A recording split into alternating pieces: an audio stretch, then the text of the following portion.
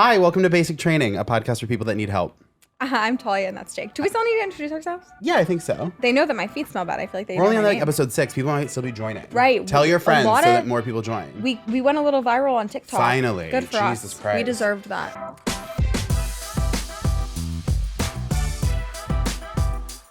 How's your day? Today is gorge. What is that carrot juice? No, it's a Thai iced tea. Oh. Who am I to you? Well, you get like boba, so I don't know. Remember? I do. Remember? What? Remember when I had to run out of the last recording because I got a boba for the first time and it made me sick. I didn't realize that it made you sick. I think thought it that was- you just needed to pee. No, I think the boba made me You sick. were in the bathroom for a while. I had to leave after we were done recording. He said immediately I have to go to the bathroom, and I sat in here and I went to the bathroom after a while, and then I came back and he still wasn't here. Yeah. I just assumed you'd left, so I No, left. I think the boba made me sick. So you stayed for a while. So what's going on? Not much. Just muting my phone.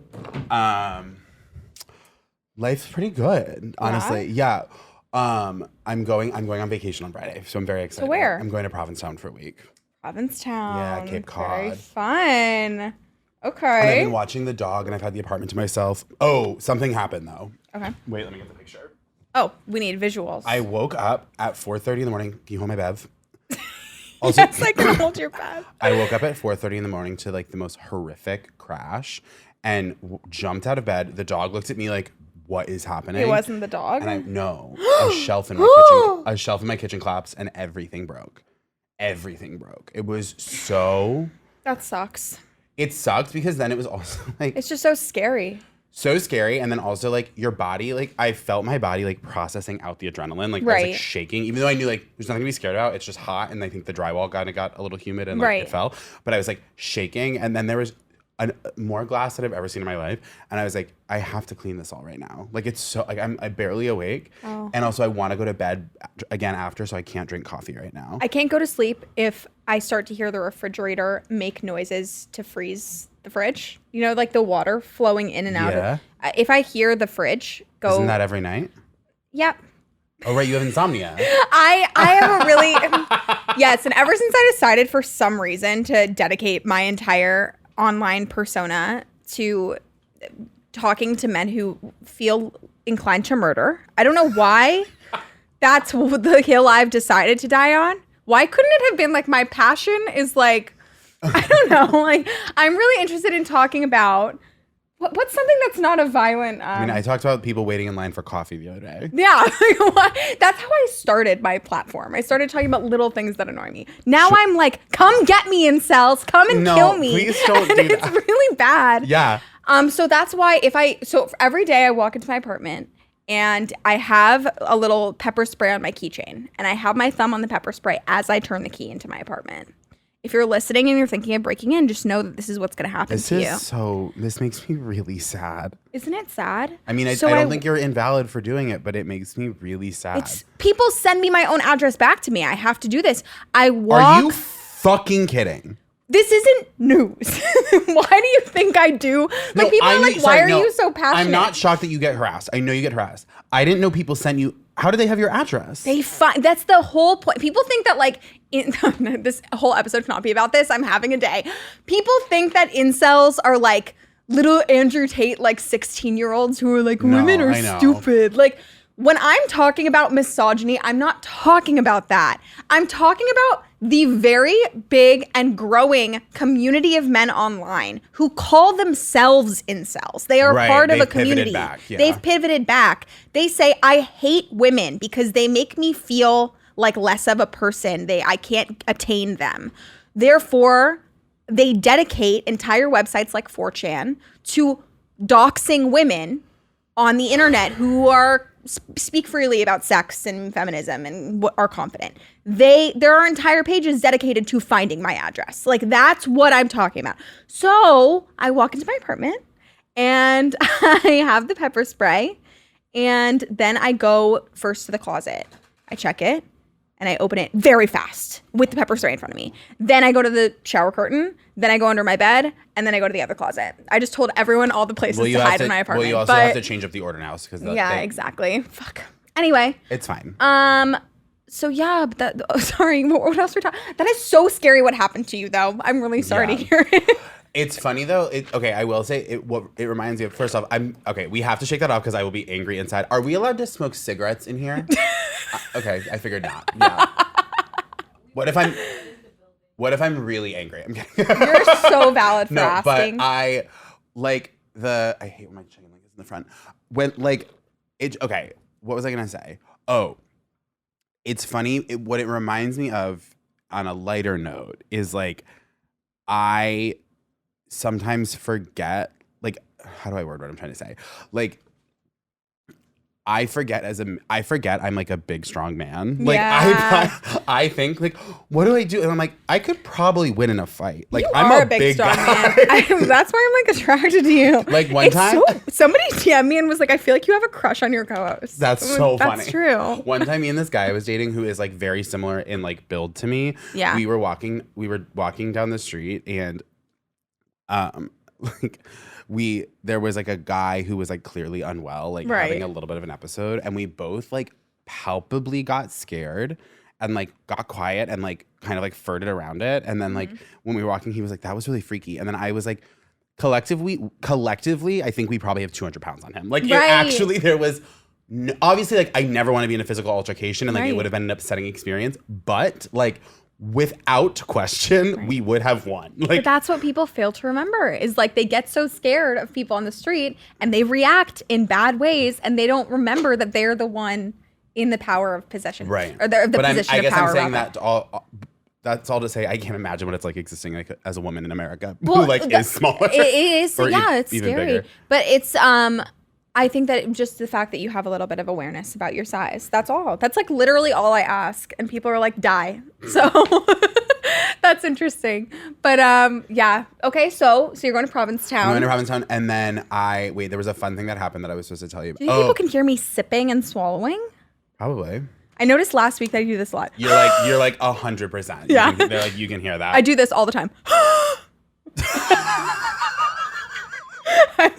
I listened last week and I was like, oh, I want to die. That's so funny. So I'm really sorry. I'm a laugher. I'm a giggly girl. Go ahead. Oh, I went to Burlington and did my weekend of shows. Not this past weekend. Right. It was so fun. You're so talented. It was so fun. Except without going into too much detail, because I'll talk about it live if you come see me. Mm-hmm. People who I talk about in my act who did not tell me they were coming to the show came to the show. And it was bad. What? Yeah. Did you see them in the audience before? No. Okay, thank God. Because you think you would have changed? 100%. It would have been. It would have been awful. It would have been better. I could have rewritten the jokes in a second. I have to burp. I'm sorry. Do you think it would have? I would have rewritten the jokes in a second. They weren't like. You would have done it in a second. They weren't like keystone jokes to the act. It wasn't like, I see. It wasn't like bits. It was like one-offs. Right. That I could have rewritten in a second. But did you notice them while you're on stage or after? No, I came out of the green room and someone ran up to me and told me like they're here.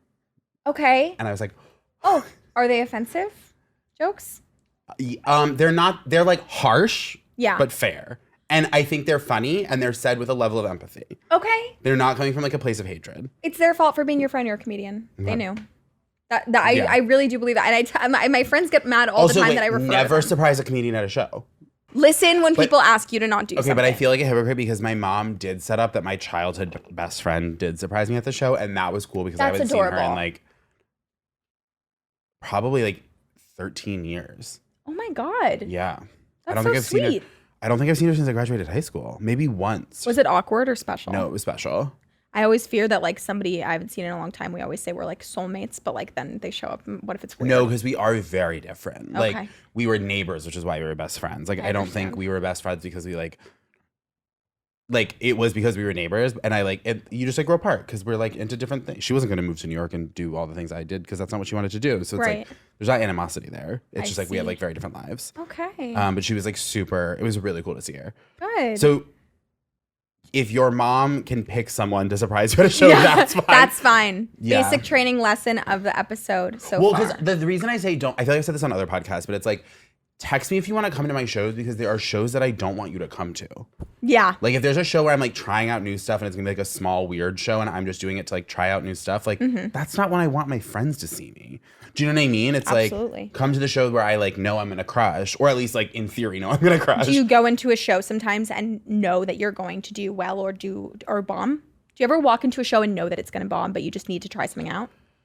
No, the shows where I know I'm gonna bomb is usually because like I got asked to do something or I have to do something for like an audition or something, and it's like a certain kind of crowd that's like probably like.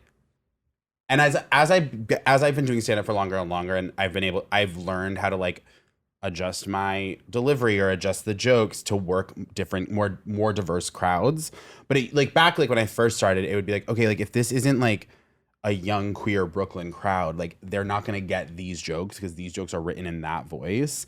Now I know how to like, so if I did a show at like the Manhattan clubs where it's like all like straight couples in their mid-30s that are coming from Jersey, like I was like, this is gonna suck. Do you know what I mean? Okay. So, but now I've also figured out how to like change for those people, or like not change myself, but like modify the jokes, like get them, if that makes sense.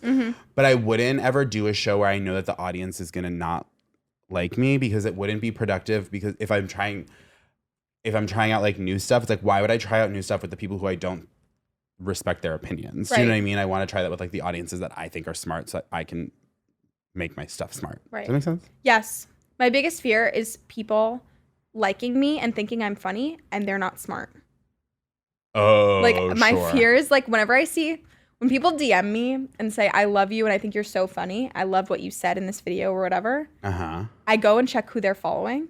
And if they're also following people that I think are stupid, I'm like, I have a whole crisis, because how could I trust your taste? Right. So like if somebody were to laugh at me And if then I you're did a like, joke. like their bio's like number one Colleen Ballinger fan. It's Right. Like, what do I do? Bible passage in the bio DMing me like, I think you're so funny. I'm like, look, it would really. I know. First of all, this Miranda Sings thing. I mean, it's a lot to get into, but I didn't know she still had fans. I didn't know she was still alive, first of all.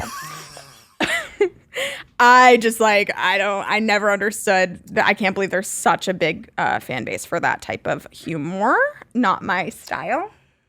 It's wild how big the world is. You kind of forget. You know what I mean? I always see this tweet whenever there's like a viral like Grey's Anatomy, Blue Bloods is like coming out next week. People are like, it's crazy to think there's a whole other world out there. I know, it's true. There's like a whole different type of person. Is Blue Blood still on? Yeah, Steve for Sharippa's on it. He posts like every week to go watch Blue Bloods. Who's Steve Sharippa? Kill yourself. He played Bobby Bacala in The Sopranos. Have you seen? I have watched The Sopranos. Which one's Bobby Bacala? The one who dies. Oh, I'm so sorry. Spoiler alert. Yeah, wait, we'll edit back in. Spoiler alert. Sorry, spoiler alert. The guy in the mafia show eventually dies in a train store. He's shot. Do you remember this? He's like the big chubby guy. They're all big. They're all big and chubby. Wait, That's why I love I'm that show. Google it. I get a little turned on by all of them. But anyhow, How was your week? my week was great. I went to the Hamptons with my college friends. Luxury.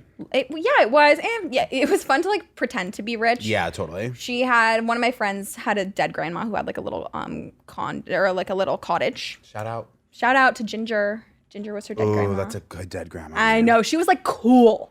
Like lived in Amagansett and just had like a cool hippie life. So do you know about this show on Did you see Sorry, it really made me laugh when I found out about this. Okay, there's a reality show right now called Stars on Mars. Do you know about this? No. It's like Stars on Mars, and it's like all of these like celebrities, and they're like living in like a facility that is like a simulation of like being on a colony on Mars. So there's like limited food and they can't go outside. I have to go. And one of the people is like one of the daughters from Modern Family. And so it's Ariel Winter. It's all like the most random celebrities. Yeah, but then there's also Lance Armstrong there. And when he walks into the house, like she freaks out and is like, they got a real astronaut. It's so cool they got a real astronaut. And like she genuinely thinks this man who is like in his late 40s is Neil Armstrong, who landed on the moon in like 1960 whatever. I also would think that. She was. I also would. She's telling everyone, and then someone else in the house is like, "What are you talking about?" Like it's so funny. Then why is this Lance guy so famous? He's a biker. because he was like, Because of the testicular cancer? well, it was okay. So it was, I think like a la Tiger Woods. I think it was like when he came around, he was like next level good. Oh. I think he was like very, very good at biking. And Tiger like, Woods is not a biker though. No. Oh, but he's like the top of his game. like I see. Top gets of a cult following because it's like, wow, he is He's like the best. bringing the sport to another. Michael Jordan, like Usain bringing Bolt. bringing the sport to a new level. I understand. And then Livestrong bracelets. Oh, And that changed. that's him? That's him. Is that the one where you balance? No, it's literally like trying to explain Livestrong to someone who like wasn't old enough to be part of culture. No, like, I was, but I don't remember it. I was just on the cusp. It was truly just like, it was this thing. I think it was in like response to testicular cancer. It was like, you buy this rubber bracelet and like some of the money goes towards, like, it was the original like Coney 2012, where it was like Coney 2012. It was like the original. I remember. It was like, if you buy a Livestrong bracelet, you are a humanitarian, you are a doctor adjacent, you are an angel from God, and you are saving the planet. For us, like, it was Tom's shoes. Oh yeah. So like by that point, I think I had been jaded because it's like, but people would wear these Livestrong bracelets like. It was like medical. It was like medically necessary to be wearing a Livestrong bracelet. And then there was like one that came out that was like the one bracelet, and it was white, and Bono made it, and that one was for like a different charity, and it was like the rubber. Is it the bracelet. I Love Boobies? No, that one came out later. But Kids at my school loved I Love eventually, Boobies. it was just like, you wear these bracelets to show activism. Right. It was like it was like the most obsessive cultural thing, and that was Lance Armstrong. Can we bring that back? I'm sick of Instagram stories. Let's do bracelets again to show where you stand. Well, they're doing those at the Eras tour. There's like the friendship bracelets. Okay, yes, but that's not like activism. No, that's true. That's true. You're Like right. if you want to be like. But I think about that every time I see the Eras Tour bracelet TikToks. I think about Livestrong bracelets? Yeah, like when people would have all the different color. Because it was interesting because it was like the same rubber bracelet, just in different colors from different charities. I see. Yeah. Understood. And you like couldn't. They sold out so fast in the beginning. It was like you couldn't get a Livestrong bracelet. It was like hard to get. It's like a Birkin bag.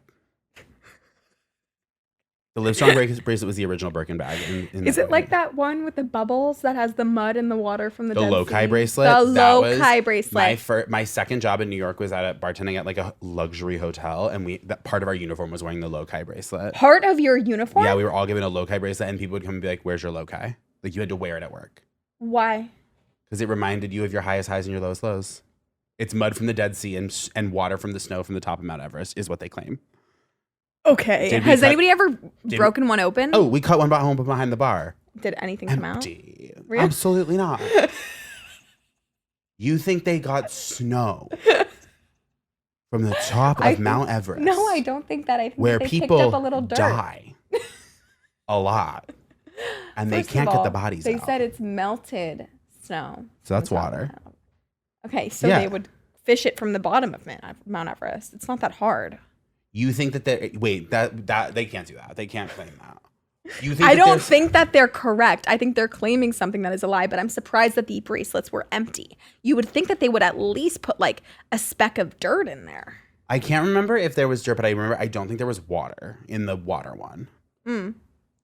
Well, at Jewish camp, we learned about this ring that says, "This too shall pass." And that's supposed to be a reminder that even when you're super happy, it's fleeting. And even when you're really sad, it's fleeting. I do think that's like a healthy thing to be reminded It's of. my favorite thing. I really always like that story at Jewish camp. But that's kind of like the Jewish Loci bracelet. It's funny because that one, this is like just another example of like every time you hear about a Jewish thing, I'm like, that makes sense. And every time I hear about a Christian thing, I'm like, that's fucked up. Because it's like the Christian version of that is like, what would Jesus do? Right. And it's like, bitch, different context. Like he lived in a different time under different circumstances. Like, is it fucked up to say? I never know if this is fucked up to say, but I'll say it. It's Jewish pride. I think that Judaism, I always say that if I had to choose a religion and I were born without one and somebody said, go read about all of them and pick one, I genuinely would still pick Judaism. Like, I really just think that's fucked up to say. I think it makes the most sense. I like it the most. And Yeah. I'm not a big God person. I don't really believe in everything. But if I had to, I think I'd go with this one. My ex was Jewish, and so I did a lot of the Jewish holidays with him, and I was like really taken aback by how much more like communal it was and Right. like inspired conversation among family members and felt much more about like the people in front of you and not like this idea of this person, like lording yeah. above you. And I was like, oh, this is really nice. It's just, I don't know. I think that I talked to a lot of people raised religious, the same like level of religious that I was. And a lot of them carry shame for different things. Yeah. And one thing I wasn't raised with when it came to Judaism, there's not a spirit of shame that is taught. You know what I mean? Not in some not in my Judaism, but sect. yeah, You know, not as there a are Reformed other Jew. sects. So I also like how they handle death. It's really helped me with death. Like the times I'm not that Jewish. I don't feel that connected to the religion. I do to the culture and the ethnicity aspect. But the times that I've really felt connected to like there being a Jewish God and like the Jewish traditions is around death. I think that's probably true of a lot of religion. yeah. Those are the moments where you kind of like turn to something beyond. I turn to like Judaism and I'm like, this works. This is actually Yeah. making me feel a lot better. So anyway, oh my God, I'm a little in love. With boy from last time. Yeah. Have you guys met in real life yet? How would I do so? He's in the middle of the ocean. I don't know. They have helicopters. He's on a cruise ship. I'm going to go meet it in a couple weeks. Wait, you're going? Yeah, for sure. On the boat? Yeah, we don't have a set date, but I'm going. I'm like, I really deeply have feelings for this guy. I really, really, really Does he listen to this podcast? I don't know. I told him not to. Okay. He'll respect my wishes, but if he wants to, he can. I don't The care. first half of this conversation would destroy him if he had it. He's been listening.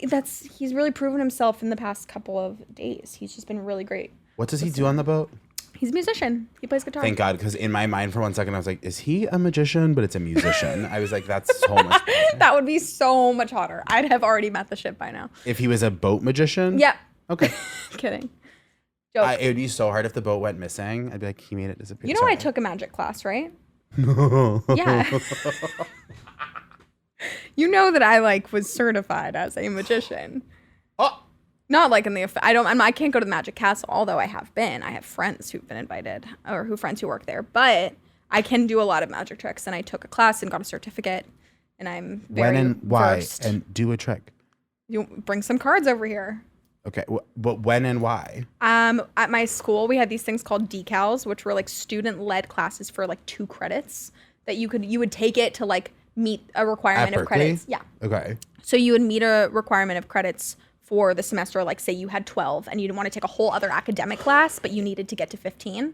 You would like add 1 or 2 decals, which were like twice a week for 2 hours. Some senior would teach something he was passionate about. I took a class on the Big Wait, that's a Lebowski. really It's really cool. cool system. It's great. Did you have to take 15 credits a semester, or was it just that you could get No, but for me, like I wanted to graduate under a certain amount of whatever for my major. And I never wanted to take, I would always do. Wait, I've never heard of that, and that is such a cool system. It's really great because a Do lot all of people. of the UC schools do that? Do you know? No. I think just a Berkeley it's called decal. So I think it's just a cal. Anyway, so if anyone wants to see some magic, hit me up. Also, okay. If anyone, reminder, you can call this podcast and you can leave us a voicemail asking for advice, explaining a situation you're in, and we'll tell you who we think is right or what you should do. The number is 929-269-4960. Call. I can't believe I'm in love. I can't wait to hear about it. What do you do if you catch feelings for your girl best friend? Thanks. Here's the thing that this is why you have to deal with it directly, is because part of why it eats you up so bad, like why you're like, is because it's like the not knowing. Like I feel like I'm getting feelings. Would she want me back? Would it ruin the friendship? And so anything but a direct yes and no is going to continue the question. Right. Do you know what I mean? Exactly. You need to end the questioning, but I just am trying to figure out what would be the right way to breach the topic. Broach the topic. What's the right? Whatever. I think you need to make a move, and if it is reciprocated, great. And if not, that's your hint, and you drop it. Yeah, but don't be like hanging out in the daytime alone in like a well-lit apartment. Make it sexy. You're all out with friends. You're all having drinks. You're feeling a little loose. Not too many drinks. She's basically sober, but just a little loose. This is like exactly. I think we're going to totally agree on this. Right? And then you just kind of, you're dancing, whatever. Do the thing that you would do if you were seeing somebody. Just But make a lot of be eye like- contact and like make Even her. though you always should be like extra cognizant of like, is this being reciprocated? Yes. And if it is, keep going. And if not, move away, and you'll probably be able to get to the place where it's like, okay, she clearly is into it or she clearly isn't, and then you get to move on. Yeah. Without having to make it, because it's almost impossible to make it a big conversation without it be putting like stakes and like this drama around it. Mm-hmm. Whereas like, it's like, we've all been in a situation where you're like out at a bar, you kind of start flirting with someone, and then you're like, oh, they're not vibing on this. Right. And then you just move on. I think that makes sense. Okay, I think we're in agreement. There it is. Yeah. I want to think about it more. I just think that there's no complicated answer. Like, I wish that there was like a schemey thing that I had. That's what I was joking about with the, like, what if you just got another fake girlfriend and you saw how she reacted? But it won't work. The only way to confront this one is like make your feelings known, but then in such a way that you could brush it off as a joke if she doesn't reciprocate them. Right. That's why you need to do it on like a night out. You can't be like in her room and try to kiss her, because what if she doesn't want to kiss you back? Then that's fucking awkward. Do it in a way where it's like you're dancing, you're feeling the vibes, you lean in, and then when she's like, whoa, what are you doing? You'd be like, oh, what the fuck? What are you doing? We're friends. We're dancing. Shut up.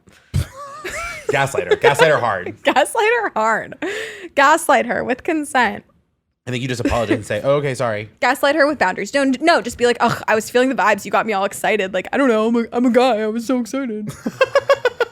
Just play it off. Do it. But my only advice is do it. Figure out if you actually would want to date her. And it's not just a stupid crush. It can't be fleeting. You cannot ruin a friendship over a fleeting crush. It's very natural. This is really smart advice. This wouldn't have occurred to me, and I'm very impressed by it. I have to tell you that. Thank you so much. I'm really impressive. People forget that when you get close with somebody of the opposite sex or whatever, somebody that you're attracted to, if you talk to them enough, like the natural instinct of like your brain is like, what else? Like, I do believe that people, like, if a straight woman and a straight man are always talking to each other, like one of them's at one point, like there is like something, if you give a mouse a cookie to our brains with like attention, right? Exactly. Where it's like, you're like, yeah, you just want, like, you're gonna want to do it, and I think it's very natural for friendships that are meant to be platonic to have a moment where one of them starts to feel like, is it more? Totally. So just make sure it's not that fleeting. Right, because if it is that fleeting thing, once you get past that, it's fine. Exactly. There have been times I'm like horny, in like lonely, horny parts of my life where I've actually thought about hooking up with some of my guy friends. And now as like a sane person who's in love, I look back and I'm like, what the fuck was I thinking? No, totally. Like I would never do so that. True. You have to just really be sure that you want to date her. If you are sure, then what's step number 2? Do it in a way that you could brush off if she rejects you. And be really smart about paying attention to it. Yeah. Sorry, it took us a while to get there. No, but I think that was good. Wait, okay, question 2. Let's go. Oh, there's 3, right? I thought you were asking a follow-up question. No. I'm excited. That was fun. Now yeah, there are another. 3. Hi, guys. Love the TikTok. My commentary, I'm a college student. I'm a college student, live in LA, currently in a producing class. Got a real cunt of a teacher who triggers the shit out of me. Like, he's just really negative, really judgmental. Currently, he's told me to my face that I'm going to fail this class, even though the only assignment that I'm missing is 1. And it's a really hard assignment. It's filling in a whole, like, short film budget.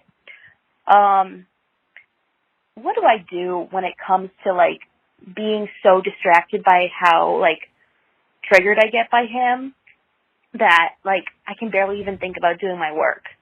Do you have any advice for people that trigger you or who are really critical and judgmental and negative, and, like, tell you, like, oh, you're going to fucking fail at being a producer? Because if that's your dream, don't have that dream. Don't tell anyone about that dream. What do you do about that? Anyway, love your channel. Bye, guys. First of all, love the use of cunt for a man. Bring it back. We need to bring back cunt. I don't know why cunt is like such a taboo. I say it more than any other derogatory term. You say cunt more than fuck? I think it's even with fuck, but I say cunt more than bitch. I say cunt more than anything. Like, cunt is the best, in my opinion. And as a person with a cunt, I don't believe it to be very offensive if you're not using it derogatorily towards women, unless it's a woman that you hate and who deserves it. Anyway, do you want to start? I mean, I have like an immediate answer. Go. I'm like, if you're like, especially at college, get a third party involved. Like, think so? Yeah, especially if he truly is like an abusive, like nasty professor on a power trip. Like, that's because, like, within his classroom, that's his dominion. When you get, like, the HR department of the university involved, you get student resources involved to be like, you tell him, hi, I feel like we really don't agree. You've told me I'm going to fail this class, and I don't know how to move forward in a way that's going to be successful, but I have to. So and you go to, like, the student resources to be like, I don't know how I'm going to do well in this class. I'm really struggling with this person to connect and figure out how to do well. He has to, in a professional way, provide like a rubric or steps for you to like do better, especially if you're only missing one assignment. That seems crazy to me. Right. And if he if he refuses to and is still nasty to you and fucked up, it doesn't matter if you're triggered because someone else is there to see it and he will be held accountable. It no longer becomes your duty to like, there's a third party there to mediate the situation. And if also your triggering is the issue and it's not necessarily that he's out of the bounds of his job because like we don't know the details of the thing, then that person is there to be like, okay, it seems like XYZ is really upsetting you. How about we focus on this? But they like universities have those positions involved. Absolutely. The number I have, like, I'm thinking, I think part of the reason I'm thinking about this is like, there was a professor at my college who was notorious for failing students, infamous for it. And then he got in a lot of trouble when students came forward and they were like, hey, we think it's impossible to pass this chemistry class. Like the pass rate of this class is 30%. That's not indicative of like, this teacher's so good, it's so hard. That's a bad teacher. Yeah, and it's also a person on a power trip who wants you to feel their wrath. 7 out of 10 people that you are teaching are not learning. Right. That's on you. That's not, it's like, it's such an old, antiquated version of thinking about education. Right. And it's also not like any professor's job to tell you whether or not you're going to be successful in a field. Because guess what? They probably weren't successful in that field. They're teaching it. Cut that. That was really harsh. But, but it's like, do you know what I mean? I absolutely do. Fuck off. I completely understand. It's a little bit with what sounds like a girl and well, a that's guy. the other thing. I'm like immediately like. It's a little difficult. I've had a lot of experience with teachers. It's a very common experience for those of us who were popular in high school. Basically, I was always kind of bullied by like, how do I say this? It's a very common experience for young women to have a lot of tension and be sort of targeted by older women in an academic or workplace environment. If it's a very delicate subject, it's like a very common thing for young women to like have tension with a teacher when they're like the cool girl. The cool girl. Like it's just it's a very common thing.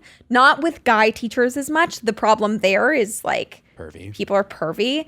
But I just noticed like all the outspoken girls in my class who seemed to like be girly and cute and have fun, whatever. There was this one teacher who was really, really mean to me and to a couple other girls. And she was just like, it became pointed bullying to the point where somebody else told an administrator on my behalf. Whoa. And shout out to them. I love when that happens. I know. I love when that happens too. But I still have the email that I wrote her. She yelled at me about, I was like reading aloud in the class, like we were all going around in a circle. The point is, I was reading and she screamed at me for no reason. And I went back and defended myself and I said, I don't know what I did wrong. And that like, it was really bad. Like it became really, she kicked me out of the classroom. And that's when somebody else went and reported because they were like, it was objectively wrong. And teachers, okay, no, because this is gonna go on TikTok. I can't say what I'm gonna, but like some teachers, like I'll say this because I'll speak from my own experience. Like looking back, like some of the teachers that I dealt with, I'm like, that was crazy. It was crazy, and I had some other like really mean. Oh. I was gonna caveat that I had some wonderful teachers. For every bad teacher I had 10 good ones. But I had probably 2 or 3 really mean teachers in my life who were like genuinely there to like wreak havoc on children, they felt no power in other places in their lives. I really believe so. And they came in and were like there to bully, like they were there to be mean. I think I can say that. No, I just have a story to tell them. It's a very difficult subject, especially when the guy's a guy. When it's a woman, and when the person is the same sex as you, it's very it's a lot easier. It was very clear what was happening with me and this female teacher. Like we really didn't see eye to eye. We were the opposite sides of life. Like we had totally different She's not an vibes. intrinsically cool person, but she had the power in that situation. Yes. And I was like taking on a leadership role in the class, and we just really butt heads. But I brought in a third person. Yeah. I emailed her first. She emailed me back something really snarky and mean. I kept the receipt, forwarded it to an administrator who immediately called a meeting and scolded her in front of me.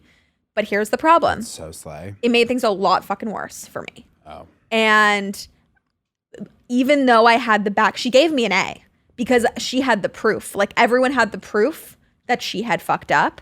She had to give me an A because the administrator had seen her bullying me. But she made my life hell. Okay. What'd she do? She just like glared at me all day long and was always like telling me to shut up and was just very like, she would give me, you know, she just make me. At school?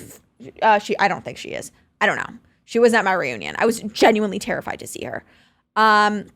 What you need to do is bring in a third party. 100%. 100%, just for the sake of proof. When he feels like somebody's watching his ass, he's going to give you a better grade. Period. Because you expressed a desire for it to change. You can't. He's also not allowed to just decide you're going to fail. Like that's Yes. not how it works. And so like if you bring a third party in, he has to either prove why you should fail. Right. And that prove that he tried to help you pass. Right. And if he can't prove that, it's on him. Right. And unfortunately, and this isn't your fault, but the situation is so dire. And at this point, understand that once you do this, your grade will get better probably as long as you keep putting in the work. Yeah. But he's going to be a lot meaner to you. Yeah. And it's going to But be it's very college, awkward. but it's college, so hopefully it's You won't see him every day. Yeah. And you'll just, whatever, sit in the back of the class and do your work really fucking well. 100%. And prove him wrong. Because that sucks. But just, my whole point was that sometimes you are in the right, but because you brought it up, yes, now someone's watching him, so they're going to have to do better, but they're going to be meaner to you. And that's sucks. the only But if way. they're already being mean to you, what do you have to lose? Yeah, whatever. Yeah. Whatever. Don't fear him. He's a loser. Should we just wrap it up and then do more calls in the next one? Yes. We'll do an extra call in the next episode. We'll do 4 calls in the next episode. 4 calls. Damn. Which we probably should do. We should stop We yapping probably- as much at the top. we should Do you stop wait, talking. Comment on Spotify and on Apple. Or no, you can't comment on Spotify. Comment on Apple and say if you're loving the calls or if you want more banter. And leave 5 stars regardless. Do you care about our lives at all? DM the podcast and let us know. We want some feedback. I don't I'm have a curious. therapist right now, so this is kind of where I cut. I'm so, a therapist. No, I'm not. You have Okay. a therapist right now? No, and I need one. So that's why we're talking so much. Because I don't feel like I have enough of so it. I sit down true. on this couch and I'm like, oh, let's talk about my Yeah, life. But totally. that's not our job. We're here to give you advice. Okay, so call the podcast at... Wait, I have to say it again. Okay, call the podcast. Leave voicemails at 929-269-4960. I've been Jake. I've been Talia. Thanks for listening. Mwah.